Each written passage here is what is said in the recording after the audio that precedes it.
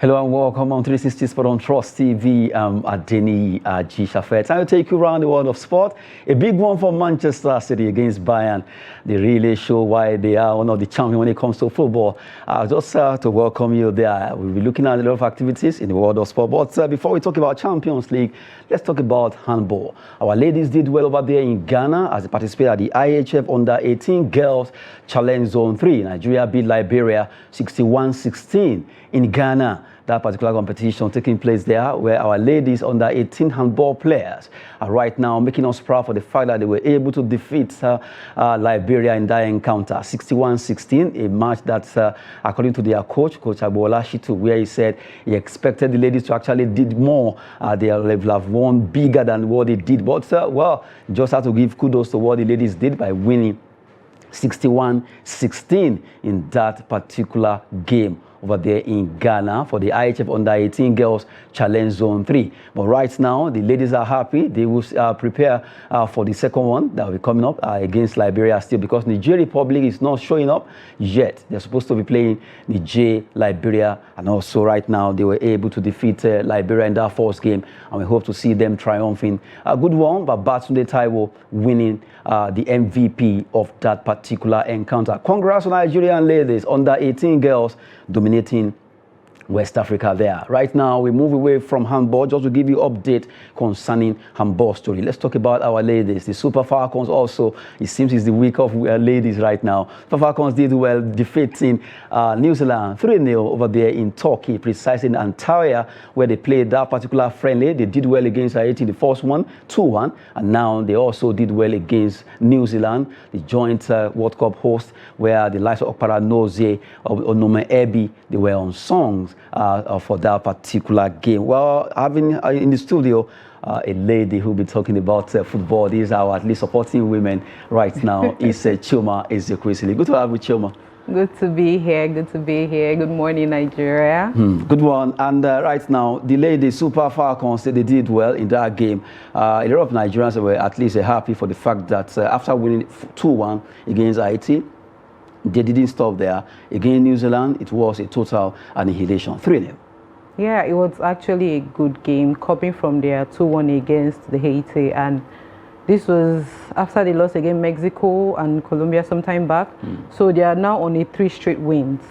So this is a very good, I hope they keep this momentum until the real game, the real World Cup gets going. A good one. At least I'm sure you are very happy. I'm very happy. It's a good show. At least it's going to give the other teams in their group something to look forward to. I mean, if their preparation was on this level, or they will have to up their game. So I hope Nigeria actually continues going the way they are, because it's a good one. It was a good game. Now, from the way it is Super Falcons, the preparation for the World Cup, yes, we've seen glimpse of winning right now. They did well. Croatia, this one, Haiti, that is coming up against New Zealand now. The World Cup is in July. For you as a lady, have you seen that Super Falcons are ready for the World Cup? Like I always say, no 2 games are the same. You can be as ready as you want to be until you step on the field and your opponent shock you with something you're not even expecting. So I just hope, I can't say they're 100% ready, but 70% they are good right now. Now, today, who knows if there will be an injury in the next month or 2? Nobody knows. Who knows what's going to happen between them? We don't know. But as of today, yes, I think they can take on Australia. They can take on Canada. But it's football. Anything can happen. Anything can happen, as they say in the world of football there. We've been talking with Chioma Ezekwesili in the studio. And right now, let's link Nazir Jarmajo in Kaduna, who will be giving us his own parts of this. Super Falcons did well yesterday, defeating New Zealand. Nazir, if you are there right now, let's hear your own view concerning that match. Good morning. Yes, good to have you, Jarmajo. And yeah, thank you very much. And I think looking at the Super Falcons, how they played, I think the team is coming up with momentum, just like she said. And this kind of friendlies are very important to give confidence to the players, especially going forward into a tournament like this. And in the last couple of games, I've get to notice that this team somehow have a weapon in the set pieces. Yes, they are scoring goals from set pieces. And I think even yesterday they had 1 goal from those kind of situations of set pieces. So I think the set pieces is going to be important for this team going forward. Hopefully, they can capitalize on this kind of situations and get to score goals in important moments. And then the return of Desire Oparanozi she is returning at the right time for this team because the team needs her. And then Azizat Oshola also, her influence cannot be, cannot go unnoticed. She is a player that has showed what she can do in so many occasions. Yesterday she wasn't on the scoring sheet, but at least you can see what she can bring into the team. And then the debutants, and then the fullbacks. Yes, the fullbacks of the team, they are playing some excellent stuff right there. It seems like yes, the team is looking good at the moment, at the right time, going forward into a big tournament like the World Cup. So I hope they can carry this kind of confidence, the momentum going into the tournament. That will definitely help them, and then we get to see what they can do, because in the last couple of years the Super Falcons have struggled a little bit in the World Cup when it comes to the big games. And right now I'm playing against a side that is seriously ranked very high in the FIFA rankings when it comes to women football in New Zealand, and then beating them by 3 goals to 0. That gives you a lot of confidence, not only for the players of the team, as well as the fans of the team, the coaches, everyone will have the confidence going forward into the World Cup right there for the Super Falcons. I'm somehow excited for this tournament at the moment. Okay, good one, Jarmajo. Now, from what we've been talking about, that FIFA Falcons have been scoring from set pieces, I just asked Choma in the studio if she thinks Super Falcons are ready for the World Cup. She seems to be dodging that particular question. But right now, from you, Jarmajo, from that match we play against New Zealand and the one we play against Haiti, do you think, like Choma said, they are like 70% ready? Do you agree with that? I can say yes. Yes, I can say I agree with her. Like 70%, the Super Falcons are ready for this tournament because, the readiness, it shows when they play. And then the most important thing is just to get the wins. And the wins gives you confidence going forward. You know, fair any opponent that you are going to play against. And exactly what the Super Falcons have got right now going into a big tournament like this. The confidence is the most important thing for me. If they have the confidence, yes, I feel like they are 70% ready. Although there are a couple of, things that you look at in the team and say they are not yet polished, but you can still see glimpses of that this team can be this good at some point playing in big tournaments like this. I think they are 70% ready. And then Coach Randy Waldrum also deserves a little bit of credit of how he has fixed this team, because at the start of the day, I think they have got 7 games that they have not won any of them. So right now they are putting 3 wins in a row. That is a massive boost for them. That is massive confidence for the team. And I hope they continue like this. They are 70% ready, agreed. Okay, good one. At least both of you agree that they are 70% ready. That's a coup against me anyway. But Choma, from what Jarmajo just mentioned now, that yeah, I agree with you that Super Falcons are at least 70% ready for the World Cup. Looking at each department of Super Falcons, which department do you think has been kind of more formidable? Is it the strike, the forward, the midfield, or defense? With Oshola there in the front, I think those two, and Onozie that just scored, those two, they are formidable for us. So I think they are very good in the beginning. I mean, we had a midfielder score yesterday. So their midfield is a work in progress, but the forward is okay. They are I think they are the ones that was, if we all know that the forward are the ones that carry the teams here. But these two, if they can work, like if they can continue to solidify their chemistry, I think they're going to take us forward. So that forward to me is one of the best we have in the team. Okay, good one there. Well, Jarmajo, you just heard what she said after I actually asked about how formidable the team is. But when you look at the strikers, the forward, right now, it seems Oparanozie and Asisat Oshoala seem that they are back to take the place of a lot of Nigerians. We're talking about Ifeoma Onumenu, but maybe she's a bit slow compared to the two, Oparanozie and Asisat, more sharper than Onumenu. You agree with that? Yes, I think, because when we talk about experience, when you talk about delivering in the big moments, you have to talk about Azizat Oshoala, you have to talk about Desire Oparanozie. And the most important thing in football is who delivers for you. These two guys have delivered for the Super Falcons, of Nigeria so many times. They have the experience, They know what it takes to deliver in big tournaments. I think going forward, this should be the guys that should be bailing the Super Falcons out in the big moments, because they know the team. This is not the first time that they're into the team, and especially Azizat Oshola, who is playing for a side like Barcelona when it comes to European, football in Europe. When it comes to women football in Europe, you have to talk about this Azizat Oshola and her Barcelona team, the way they are performing, and also knowing our Desire Paranozi. Also, these are two players that will definitely help the Super Falcons going forward with their experience and what they know concerning women's football. I have so much confidence in them. Okay, good one there. Both Jarmajo and Choma, at least talking about Super Falcons right now. For the fact that they were able to defeat the friends of New Zealand yesterday over the entire Turkey. Now let's quickly look at other results. Matches were also played by different countries in the women's international friendly. Now let's look at those results. South Korea walloped Zambia 5-0, teaching them football. You have Italy 2-1 against Colombia. Brazil did well against Germany 2-1 there, throwing aside that loss against England women in the finalissima there. Spain 3-0 against China. What do you expect? Portugal 1, Wales 1, Netherlands 4. Poland actually were able to pull one back. And you have Australia defeating England, who did well, beating Brazil, but right now they got their own wiping yesterday. France 2, Canada 1, and you have USA peeped Republic of Ireland. A tough one for USA there, but they were able to triumph. Just giving you an update concerning the women's international friendlies result as it went down. We've been talking about Super Falcons, and right now the men have actually spoken, and also the women are talking about how prepared they are. Now we move away from the women's football. Let's talk, that's international, but right now let's quickly give you fixtures for today in the NWFL. NWFL will be coming up. Matches, that is Nigerian Women Football League, will be coming up, and we have games in Group A and B. Osun Base will be tackling Bayelsa Queens. We have Nigeria Tels versus Delta Queens. Heartland Queens will be away to Rivers Angels in that particular tough one there. Although, as you can call it, South-East and South-South derby there. Now, let's look at Group B. Fixtures will also be coming up. Conference Queens of Lokoja, that's for Kogi State. They'll be hosting Nasarawa Amazons in the North Central derby, a tough one there.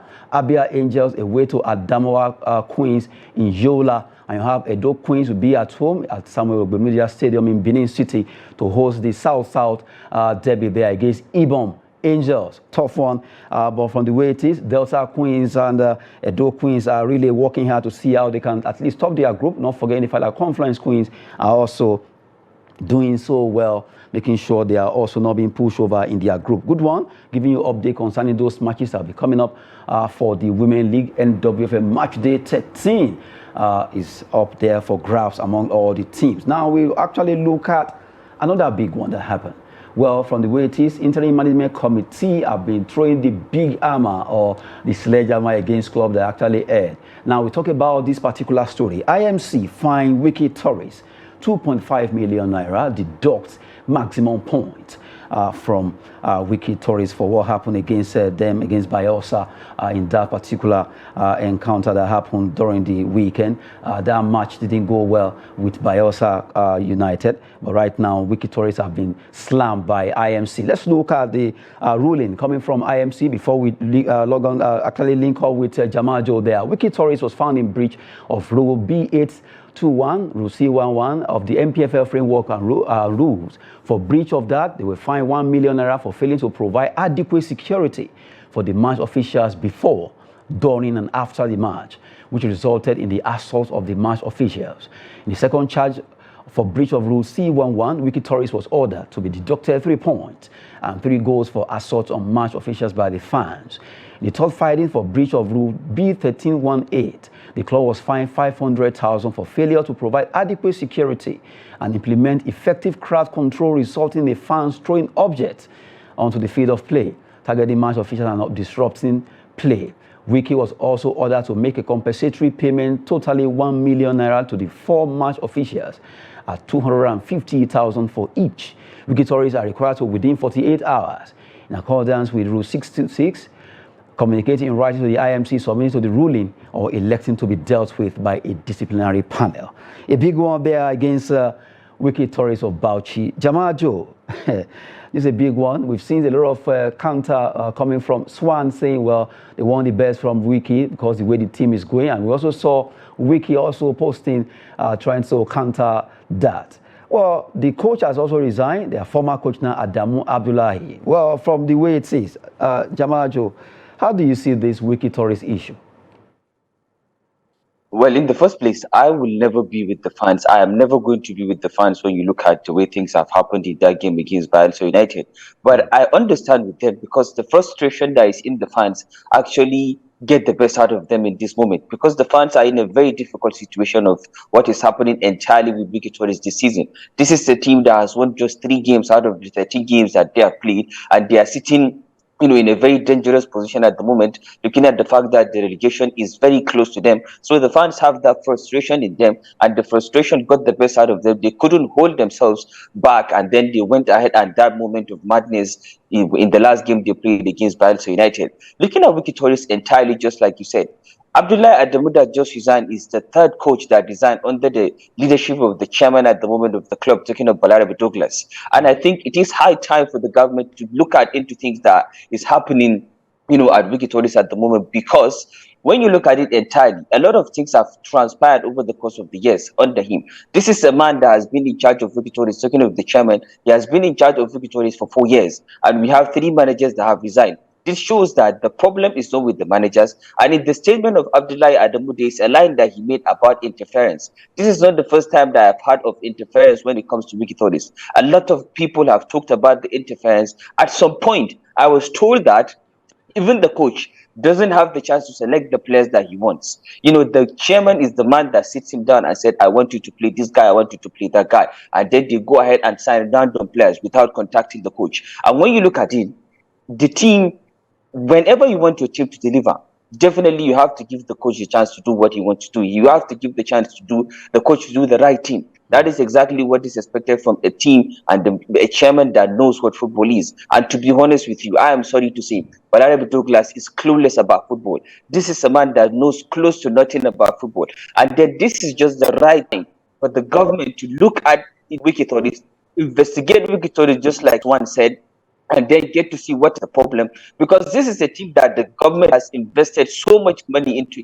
I think I have heard something that the investment that Bauchi State government has had into Wikki Tourist is close to what Wikki is doing at Rivers United.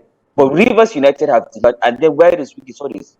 Wikki Tourist are nowhere near where Rivers United are, to be honest with you, at the moment. So definitely the government has to look into Wikki Tourist entirely. They have to question the chairman. If he has no answers, then he should just go. They should bring somebody in. This is a team that is on the verge of going into the relegation because they have achieved the relegation under Balarabe Douglas continuously. And I think this is just the right time for him to go, then for them to bring somebody in. Kaura has done a fantastic job, no doubt about it. On what I've had, considering what he has brought into this team, money that he has invested, the money that he has generated, and then nothing has been invested back into the government. When you look at the way the things are going in the club, they generate money when it comes to, the IMC gave money at the start of the season to clubs, and then there are gate fees that the fans get to pay before going into the stadium and watch the team play. So all of that money is not given back to the government. Like, we need to look at all of these things and then consider what is happening in this team. Just like I said earlier, 3 coaches cannot resign with the same excuses and then the government will just relax and continue looking at what is happening at Wikki Tourist. They need to take action. They need to take serious action based on what is happening at Wikki Tourist, and then we get to see what we can do in the next couple of years. Because at the moment, I think Wikki Tourist, they just need to think about how to survive this season in the NFL, and they need some action out of nowhere. Emergency action is needed at Wikki Tourist, to be honest with you, at the moment, because they need to bring somebody that will save the club, and then after that, look for the way forward. But at the moment, the club is in shambles. The club is dead. Based on what I've heard, the players' welfare is very bad at the moment at Wikki Tourist. Players are not getting paid their salaries at some point, and then when they get to pay, they are not paid the exact amount that is in their contracts. So the government needs to look into this. Any moment, it is an emergency, something they need to look at it very quickly. Okay, I can see the frustration there from Nazir Jarmajo. Obviously, you are not happy with the fact that a lot of things are happening to that club. For the fact that you mentioned the chairman, you mentioned the issue of money and all that needs to be done, actually executed with administratively, players and all that. Well, from the way it is very painful. But let's hear from Chioma. At least let's hear from your own side concerning this. Yeah, this is not the first time the fans are doing this. Throughout last year, we had situation where fans are running to the referees and all that, and yet we wonder why our league is not as good as the South African league. And like I said, Premier League is far, way too far. I mean, yes, Wikki tourists might have everything going wrong for them, but that does not give the fans the right to attack or they are just there to do their jobs. The problem is not coming from them, it's coming from your Wikki tourist management. Why not face them? Stop buying your tickets, stop going to see the matches. I mean, when things start to fall financially, you realize you are no longer supporting them. Exactly. So it's not by throwing now, you've thrown this at the referee, you've attacked this, you've done that. They are fining the club 2.5 million. Where is the money coming from when their players are not even well paid? So it's still not in anybody's favor right now. The players are still going to suffer for it. Because this money now, they will take it from them and they will pay this fine. So yeah, it's a very good punishment. I mean, every other team should caution their fans because there's a fan base, there's a fan association. So they should actually talk to these people. No matter your frustration, walk out of the field. We are not the only ones playing the league. We see where Chelsea players walked out, United players walked out of the field during Liverpool play. They didn't stop the field to beat the referees. I mean, why are we doing that? When are we going to get to that level where, okay, we are getting to that?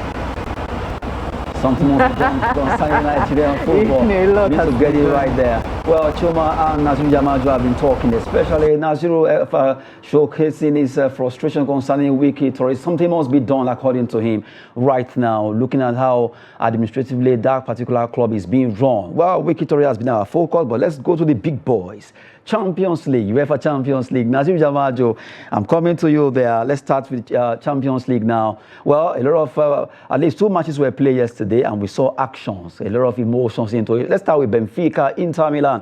Good one for Barella and Lukaku winning that game away. Well, I don't want to say, is it the cause coming now? Because someone said Benfica, they will never win Champions League. But right now, they lost that particular match 2-0 yesterday. Now, Jarmajo, looking at this, how do you see Inter Milan? Second leg is coming up, and right now, they are really leading 2-0. Inter Milan are in a very good position at the moment in the Champions League because winning away from the Champions League is very difficult. We all know even league football is very difficult for you to go away sometimes with the hostile atmosphere and so many stuff. You know, you think your team will go ahead and lose. But yesterday, Inter Milan had their own. At the start of the year, I think in the last 7 games that they have played, only won 1. And I was surprised to see them beat a Benfica side who at the moment is in line. They are in form. At the moment, they are 7 points ahead of their counterparts, ahead of their challengers in the Liga and Portugal. And then Inter Milan, who are struggling at the moment in the Italian Serie A, just got the best of them in that tie yesterday. I am seriously happy for Inter Milan. I feel like, yes, they understand that it is business time. You know, sometimes these coaches do get to understand that. You do get to understand better when it comes to playing out football, not playing in the league football, because football is a marathon. And then this is when it comes to the Champions League, the cup competitions, when the coaches understand of how to get the best out of their team in 180 minutes, they always do well. And I'm happy for Inter Milan, seriously. You're happy for Inter Milan, the one they call the Nerazzurris. Right now, let's quickly look at Manchester City versus Bayern. I think I should link up. with Chioma there. I see Chioma nodding her head. I suspect you're a Man City fan. Oh, yes, I am. Okay, go ahead. Oh, that was world class, top class. What do you have called it? Would you have said world class? Would you have said African class? 3-0, no. Erling Haaland. Good one. Like, Bayern Munich did not expect what hit them. This is Bayern. You know what I'm talking about? This is Bayern Munich. I mean, you have Sadio Mane there, you have Leroy Sané there. They even brought in Fuller at some point, and João Cancelo. Like, there was no difference. But take nothing away from Manchester City. Those guys, Pep Guardiola, there's a lot of argument going around how he's one of the best coaches I've supported him through Barcelona, through Bayern, now in City. I mean, come on, you get. But let's not relent though, because this is the Champions League. Anything can happen. You've seen people come back from 4-0 and go all the way to 5-4 and everything. But this Manchester City, they are going away to Germany in a place where Guardiola spent another time. Like he was there. So now I'm sure he knows the tricks. He has coached these people. I'm sure he knows what not to do and what to do when they get back to Bayern. So they might not get as far as 3-0, but for some reason I am pretty sure that I don't think Bayern is going to bounce back from this. Holding you there. Well, Jarmajo, before we wrap it up, talking about this particular match, you just mentioned that yes, Man City played fantastic football yesterday and they silenced Bayern. Then the second leg, she's saying Man City will still get at least something over there at Allianz Arena. Just summarily, just very short. Let me hear from you. Bayern will give Manchester City a game at the Allianz Arena. Definitely, they'll give them a game, because whenever they play at the Allianz, even if they are losing, they get to see how they can push you to the wall and then get to see what they can take out of every game that they play right there at Allianz Arena because of their fans and so much stuff in the stadium. I think City will definitely face a lot of difficulties playing at the Allianz Arena, not just like they had, because in this game there are so many errors of the defensive line. When you look at Diet Upamecano, you had to make such kind of errors when playing against a big team like Manchester City and Erling Haaland, who has already scored 44 goals before that goal he scored against them for the 5th season. City are very dangerous attacking at the moment. The communication between Jack Grealish and Erling Haaland is out of this world. And then Bernardo Silva was playing some excellent stuff yesterday.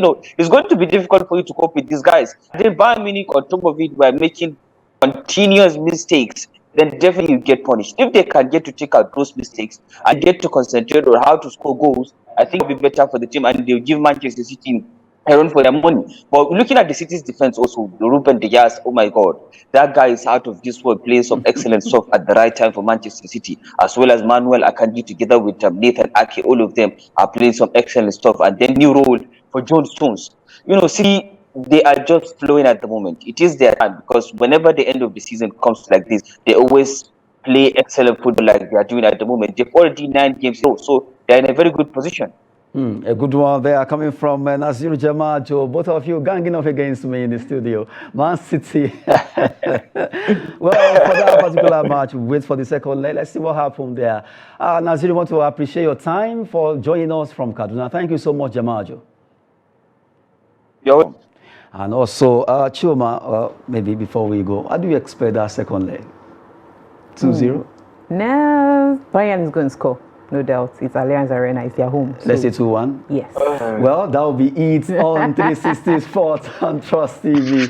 Chioma Ezekwesili, thanks so much for coming on the show. Thank you for having me. Yes, Adeni Ajisha. Sport is always business and fitness. Thanks for watching.